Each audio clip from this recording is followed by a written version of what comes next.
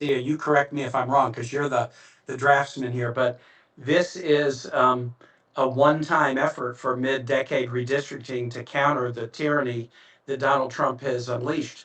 But the provision about nonpartisan redistricting stays in the Constitution for 2031 and henceforth. It's not removed, and it would reactivate again after this simple effort to play defense against Donald Trump's tyranny. And I would just add to that, the constitutional amendment itself says that what triggers this redistricting is other states doing it absent a court order, which is, as Delegate Price said, unprecedented, particularly when a president has ordered them to do so. Thank you. Allison? Yes, thank you guys for taking time to speak with us. I really appreciate it.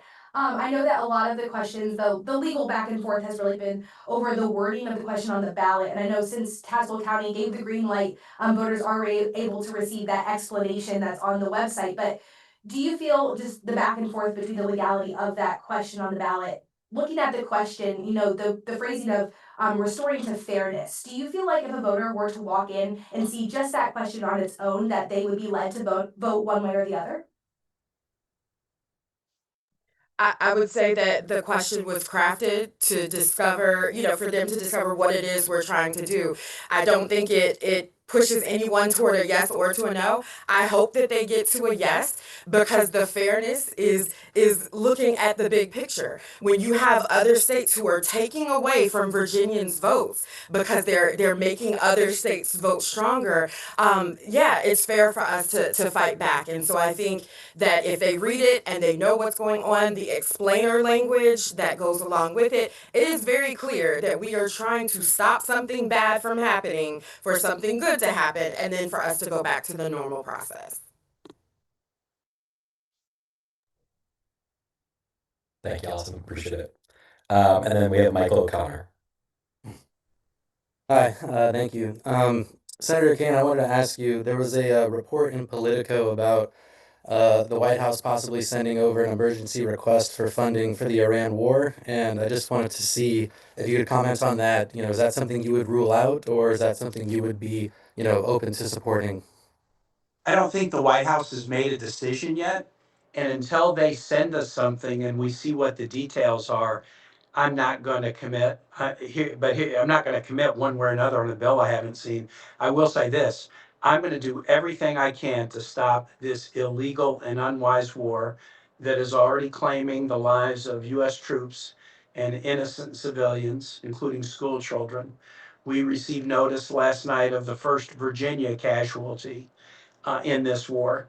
And I have repeatedly asked my colleagues, have we learned nothing from 25 years of war in the Middle East that have cost us more than 14,000 American lives, troops and contractors, more than 65,000 Americans injured, troops and contractors, and more than $8 trillion of US taxpayer money, plus hundreds of thousands of civilian deaths in the region. So, you know, when the White House sends something over, I'm going to take a look, but it's going to be done consistent with trying to stop an illegal war. And I'm trying to stop that war to protect our troops. Our troops don't deserve to be sent into unconstitutional wars, especially ones where the president can't even assert a legitimate rationale without changing his mind about what the rationale is within a few hours.